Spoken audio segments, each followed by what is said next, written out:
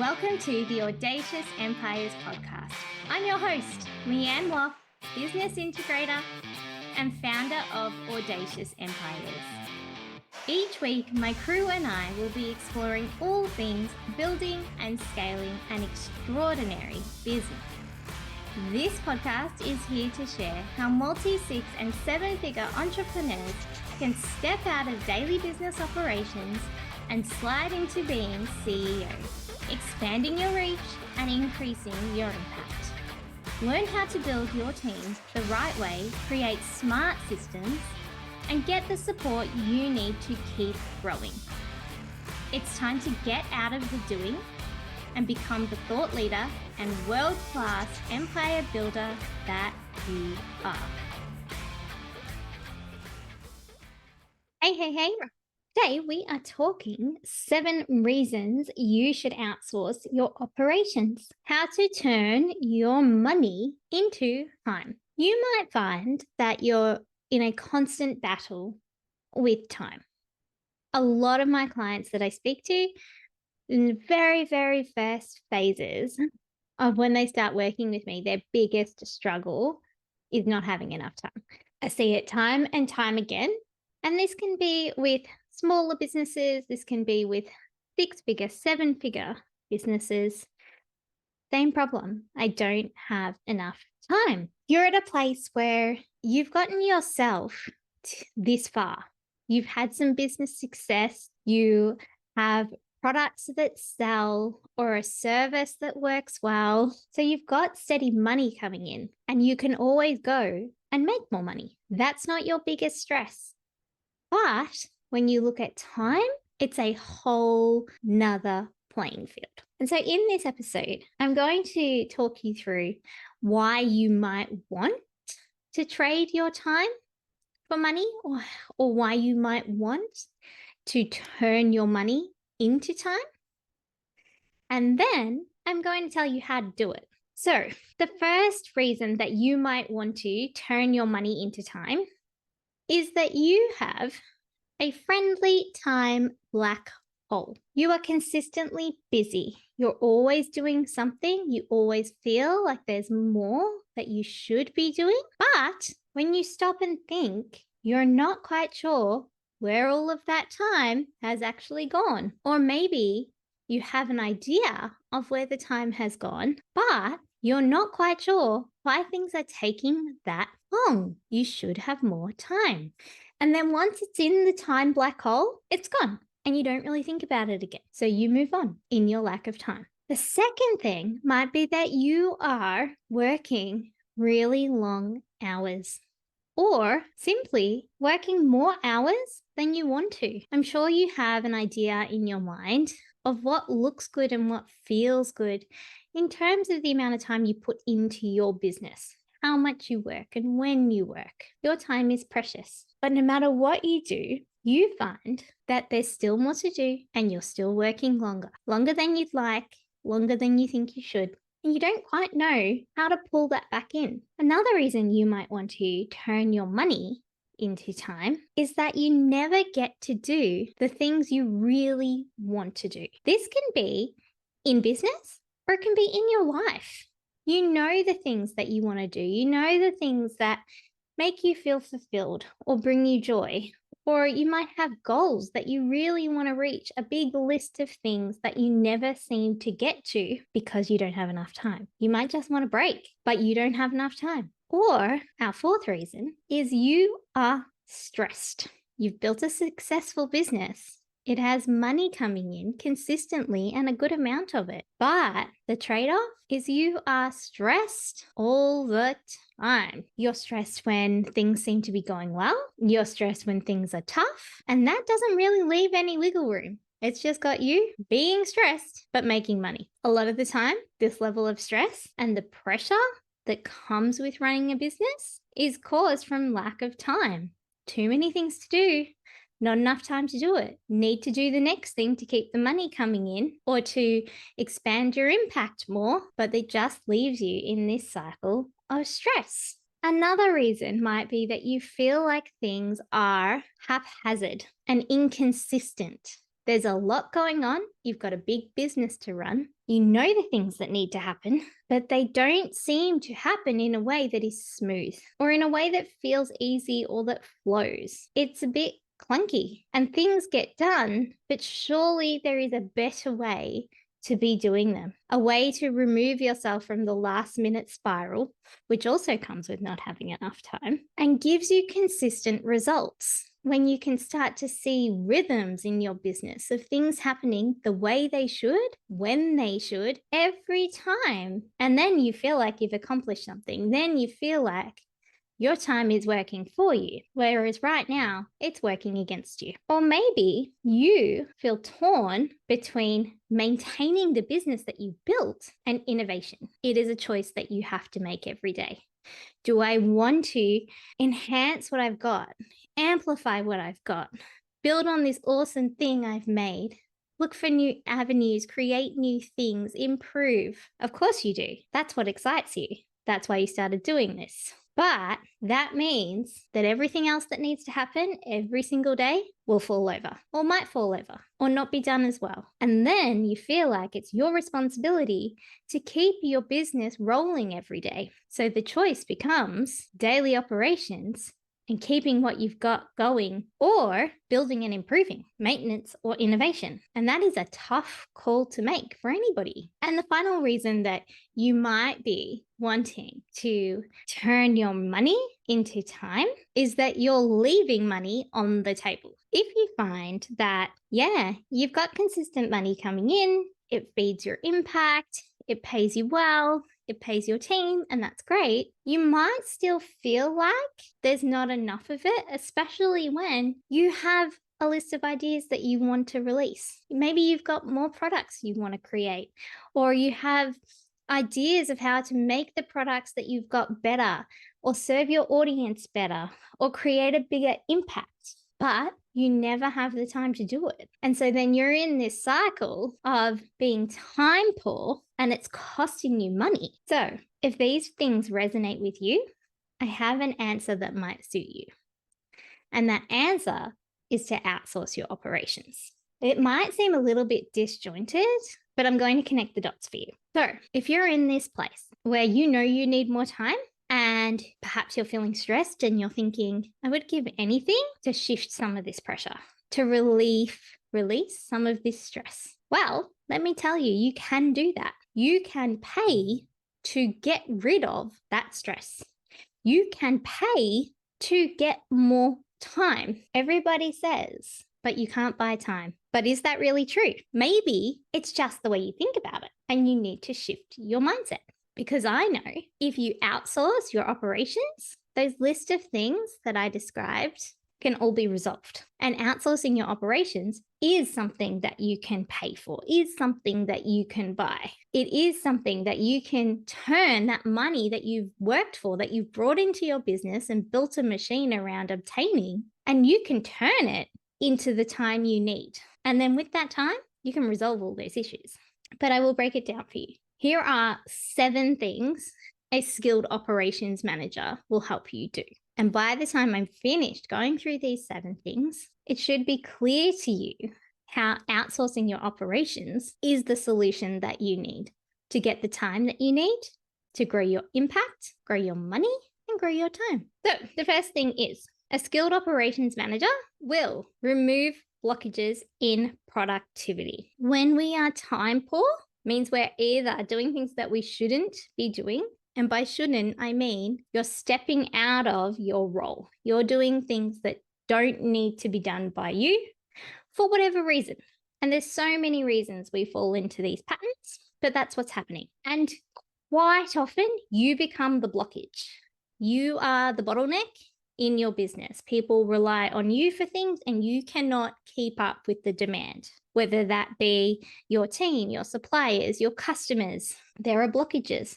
And every time something is being held up by you, things become less efficient and we achieve less. And you end up more stressed. So the first thing that a skills ops manager is going to do is look at those chains. Look at the flows that are happening and look at your role and what your role should be and how to increase productivity across the board, whether that has to do with you or another piece of your business. We want things flowing smoothly. The second thing outsourcing your operations will give you is the space to create and ideate. Now, this is a piece that only you can do. This is your zone of genius. This is why you're here.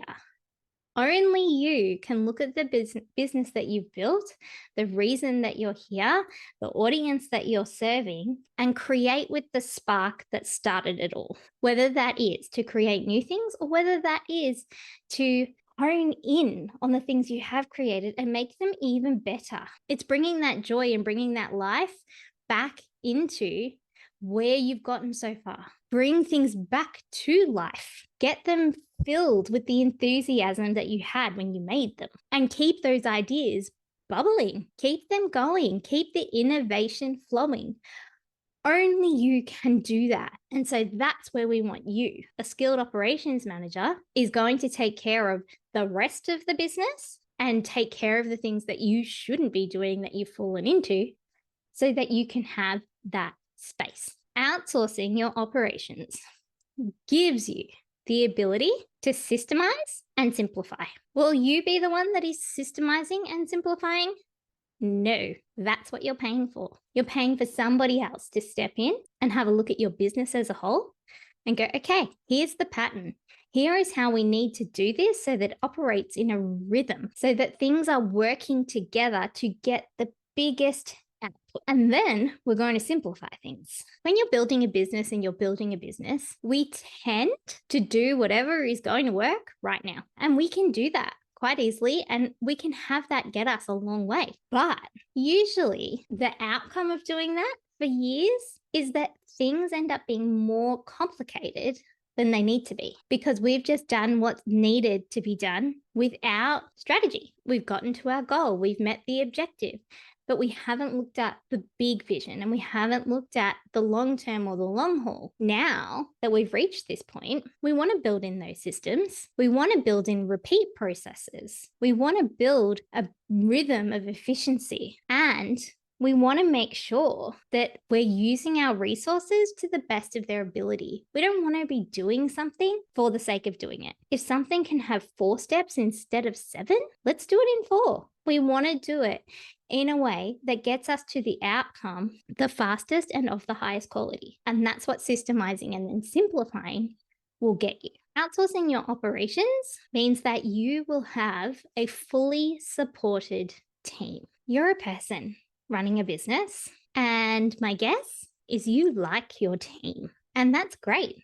That is a great thing. And usually, if you like your team, you value them, then guess what? They're going to like you back, and they're going to value you as well. And they are your team. So they are going to want to protect you and support you. And sometimes the impact of that is they don't want to ask you for more things. They know that they're waiting on you for something. They know you've already got no time, that you're under so much pressure.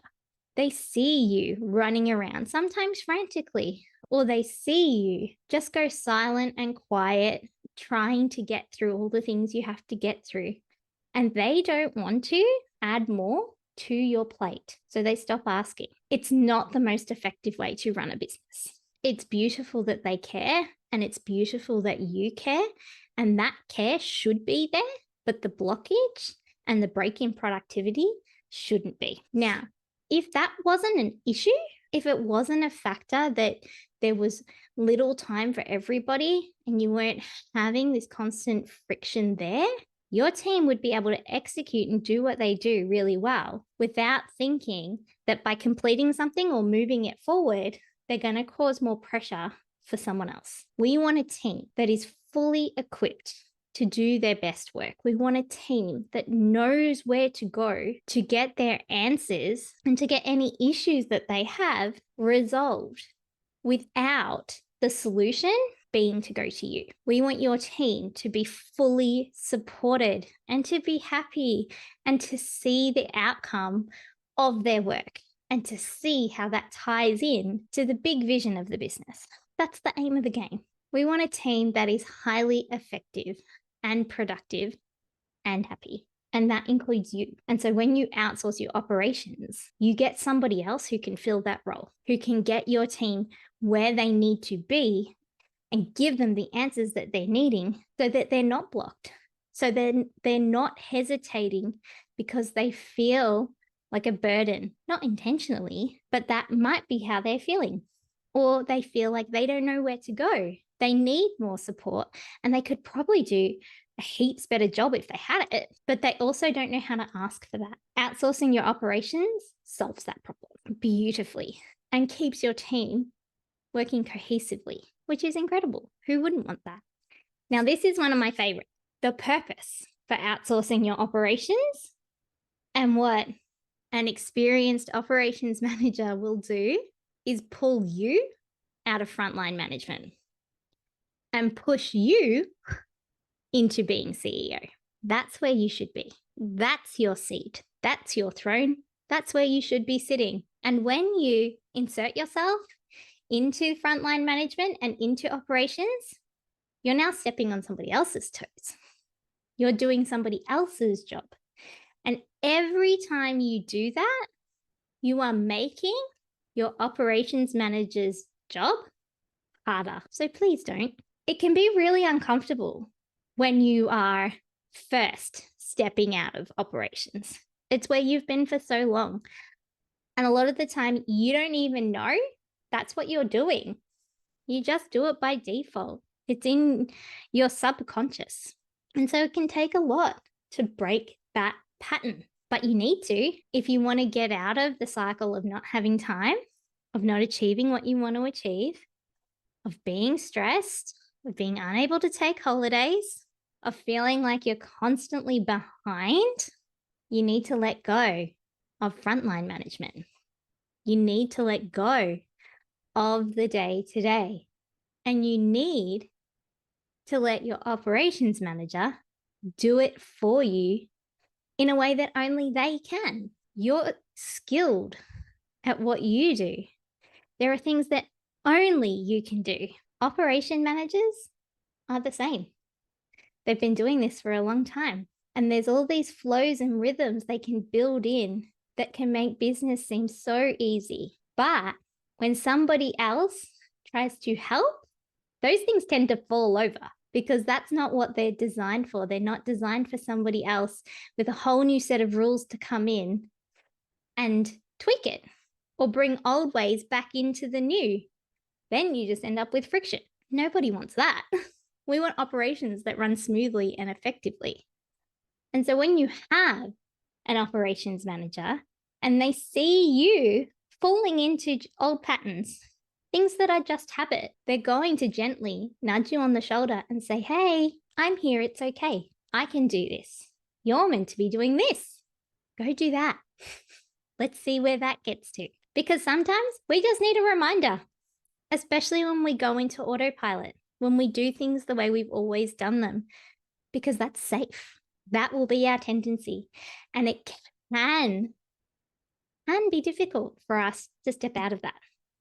But it's so much easier if you have somebody helping you step out of that and helping to lift you up into the role that you should be in. When you outsource your operations, you will have a person or a team who will be your eyes. They will start looking for all the things that you've been looking for, maybe without even realizing, in your business. And they will be your quality assurance manager.